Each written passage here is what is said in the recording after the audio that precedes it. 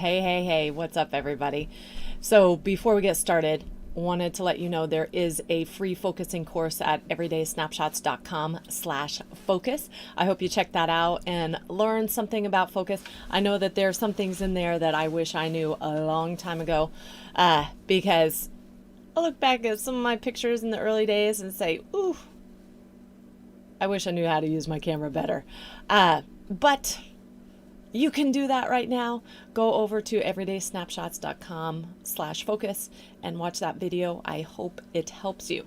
And today's topic is about standing in one position when you are the observer. And so for photos and trying to get shots.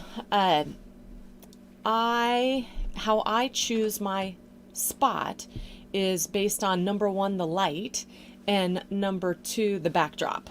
So I've been doing a lot of snow pictures lately because it's been snowing here in the Northeast. It seems like nonstop, which I love because I love getting the snow pictures. But what it can cause you to do is, try to move around the scene to get to make the most out of what you have. And so I love getting pictures with the kids' faces, especially them smiling and enjoying themselves. But sometimes the angle of the light does not allow for that. So my number one is going to be the light. And I will choose the time of day that I go out with them based on the light.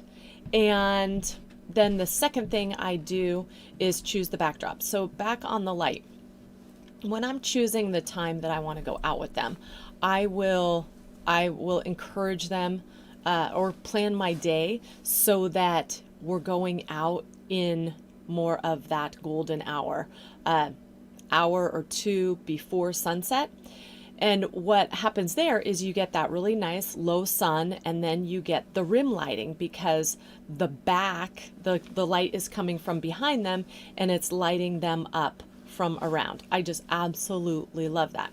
Then the snow is acting as a natural reflector, so that is, the best of all worlds there. Backlight with a natural reflector, that is the best. But then the next piece is to choose your backdrop. And with that, it's easy to be moving around the kids, but the issue I have around here is that under the deck is not so pretty. It's just posts and the stairs, a lot of lines, not something that's going to make for a beautiful backdrop. But if I am more angled and I have my neighbor's fence in the back, that is a good shot because it is much more aesthetically pleasing. So I will choose my spot based on the light first, and then the backdrop. And then I just sit and wait for the action to happen so that I am capturing it with good light and a good backdrop. So that is how I'm approaching the snow pictures right now. And it's really working out. I got some that are just absolutely incredible. I have this red disc metal sled that we got at Dick's Sporting Goods a few years ago, and I knew when I saw it, I was like, yes, this sled is awesome. It's going to be awesome in pictures, and it is awesome in pictures. And actually, it's our fastest sled, and the boys want me to get another one because they're denting it in the bottom, and I don't know if the metal gets weaker over time because it's getting dented, but they do say they have very hard landings after they go over those jumps that they've made in their little sled run. So I will be looking for another one. I would love to get one that is just a metal color, like a silver color. I think that'd be really pretty in the pictures because the red definitely draws your eye into the picture.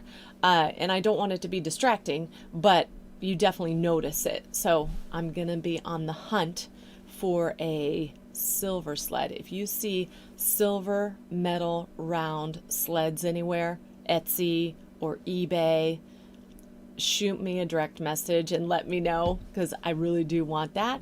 And I got my dad looking out for those kind of sleds for me too.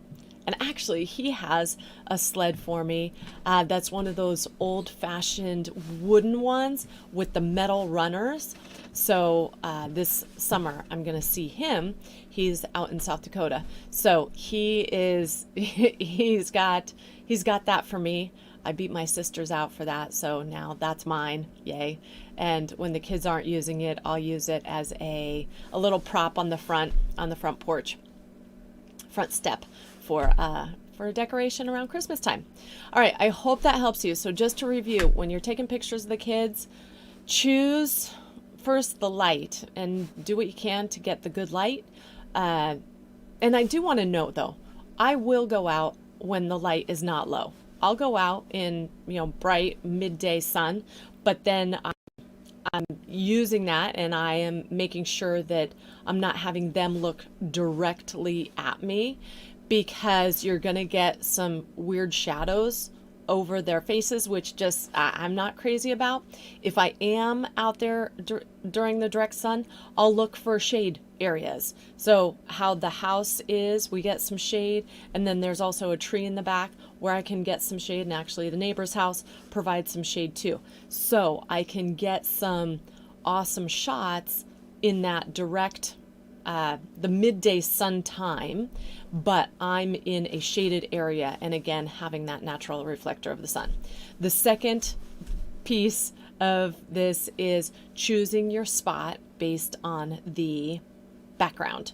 So getting yourself with a nice background, and then sitting and waiting and being patient and just enjoying the moment so that you can capture those